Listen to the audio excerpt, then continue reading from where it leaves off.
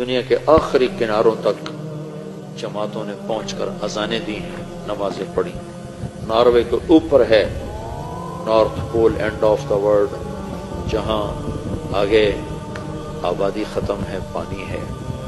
تو ہم گئے ناروے پچھلے سال، تو اس سے پچھلے سال، تو میں نے وہاں کے ساتھیوں سے کہا بھائی میں نے وہاں جانا ہے۔ وہ کہنے لگے ہم تو یہاں رہتے ہیں، ہم وہاں کبھی نہیں گئے، تو آپ نے کیا کرنا ہے؟ میں نے کہا ادھر جا کے اذان دینی ہے، نماز پڑھنی ہے، دعوت دینی ہے۔ اللہ کے نبی کی بات ہے کہ دنیا کے آخری کنارے تک اللہ میری بات پہنچائے گا۔ بس یہ شوق ہے کہ مجھ سے پہلے بھی لوگ پہنچے ہوں گے، پر میں بھی ان میں شامل ہونا چاہتا ہوں کہ میں کہوں کہ یا رسول اللہ میری ملاقات ہو، تو یا رسول اللہ میں نے آپ کا نام اس آخری کنارے پر بھی لیا تھا۔ تو وہ پھر مجھے ڈرانے لگے، 2 گھنٹے کی فلائٹ ہے، 4 گھنٹے کی ڈرائیو ہے، آپ تھک جائیں گے۔ میں کہا نہیں، جانا ضرور تھا، ہماری ادھر تھی تو نہیں تشکیل پر، میں نے جانا ضرور تھا۔ تو خیر 2-4 ساتھی وہاں کے لیے کچھ اپنے، وہاں سے ہم 2 گھنٹے کا سفر کر کے پہنچے۔ پھر وہاں سے آگے، وہاں ایک چھوٹا سا شہر تھا آلٹا، تو میں دیکھ کے حیران ہو گیا، وہ بالکل ٹاپ پر ہے، وہاں 2 مہینے سورج نکلتا نہیں، دسمبر جنوری، اور 2 مہینے سورج ڈوبتا نہیں، جون جولائی، یہ 2 مہینے ڈوبتا نہیں۔ تو وہ آلٹا دنیا کا آخری شہر ہے نارتھ میں، وہاں سے روزہ جماعتیں نکلی ہوئی تھی، اور وہاں گشت ہو رہا تھا، اور وہاں تعلیم ہو رہی تھی۔ کون تھے وہاں؟ صومالیہ کے مسلمان۔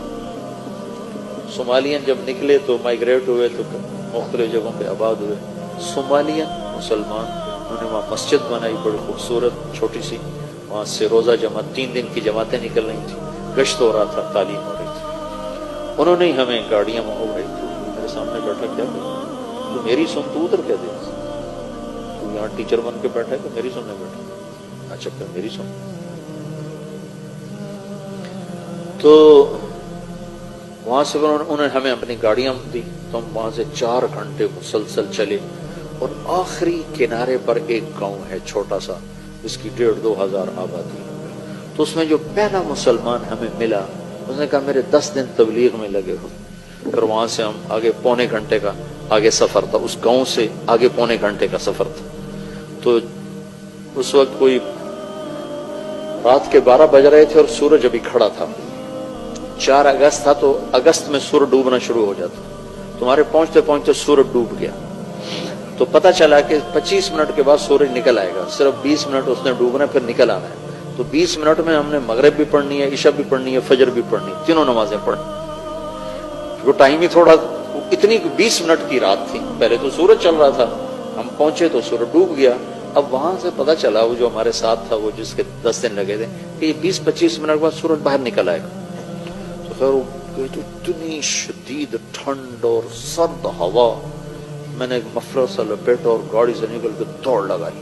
وہ سمندر کے کنارے اوپر بڑی ہیبت ناک چٹان، 2 جگہ دیکھ کر میں مبہوت ہوا زندگی میں، ایک ہمالیہ پہاڑ کو دیکھ کر، اور ایک وہ آخری کنارہ دیکھ کر۔ ساری دنیا پھری، پر ہیبت جو طاری ہوئی 2 جگہ۔ جا رہے تھے ہم کھٹمنڈو سے ڈھاکہ، تو کیپٹن نے اعلان کیا کہ آج سب آپ لوگ بڑے خوش قسمت ہیں، ہمالیہ پہاڑ پورے سال میں صرف 10 دن کے لیے چوٹی ننگی کرتا ہے، سارا سال یہ بادلوں سے ڈھکا رہتا ہے، 10 دن اکٹھے نہیں ہوتے، کبھی 1 دن، کبھی مہینے کے بعد 1 دن، کبھی 2 مہینے کے بعد 1 دن، ایسے۔ تو کہ وہ سال میں صرف 10 دن کے لیے ننگا ہوتا ہے، آج ہمالیہ پہاڑ سے بادل کوئی نہیں، آپ دیکھ سکتے ہیں۔ آپ یقین ہونا، میں ادھر بیٹھا تھا، اعلان سن کے ادھر گیا دوسری کھڑکی تک، تو دیکھ کر میں ایسے ہو، ایسی ہیبت میرے اوپر طاری، والجبال اوتادا، اور ہم نے پہاڑوں کو کیل بنا کے گاڑ دیا۔ اس دن مجھے پتا چلا کہ جس کے کیل اتنے بڑے ہیں وہ خود کتنا بڑا ہوگا۔ اور ایک وہ آخری کنارہ دیکھ کر میرے اوپر ہیبت طاری ہوگی، میں نے آسان دی زور سے، ہوا سرد، پھر ایک چھوٹا سا وہاں انہوں نے ہال بنایا تھا گرم، جس میں وہ ٹورسٹ آ کے بیٹھ جاتے تھے، وہاں کر جلدی سے چادریں بچھائیں اور پہلے مغرب کی نماز پڑھی۔ نماز پڑھ کے سنتیں نہیں پڑھی کہ ڈر لگ رہا تھا کہ سورج نہ نکلے، پھر ساتھ ہی عشاء کی نماز پڑھی، عشاء کی نماز پڑھنے کے ساتھ ہی پھر فجر کی اذان دی اور 2 سنتیں پڑھ کر پھر فجر کی نماز پڑھی۔ پھر میں نے بیان کیا، میں نے کہا اللہ سارے کام پورے ہو گئے، تیرے نبی کا پیغام ان ہواؤں نے سن لیا، لوگوں کو تو ہم سنا نہیں سکتے،